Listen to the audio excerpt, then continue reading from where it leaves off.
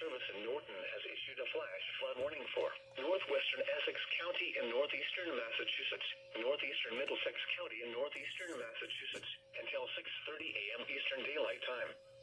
At 3:20 a.m. Eastern Daylight Time, Doppler radar indicated thunderstorms producing heavy rain across the warned area. Between 2 and 3 inches of rain have fallen. Flash flooding is ongoing or expected to begin shortly.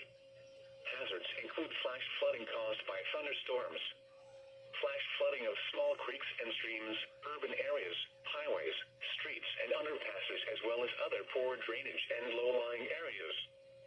Some locations that will experience flash flooding include Lowell, Lawrence, Haverhill, Methuen, Villarica, Chelmsford, Andover, Draycott, Tewksbury, North Andover, Wilmington, Westford, Newburyport, Amesbury, Ipswich, Middleton, Salisbury, Georgetown, Boxford, and Newbury.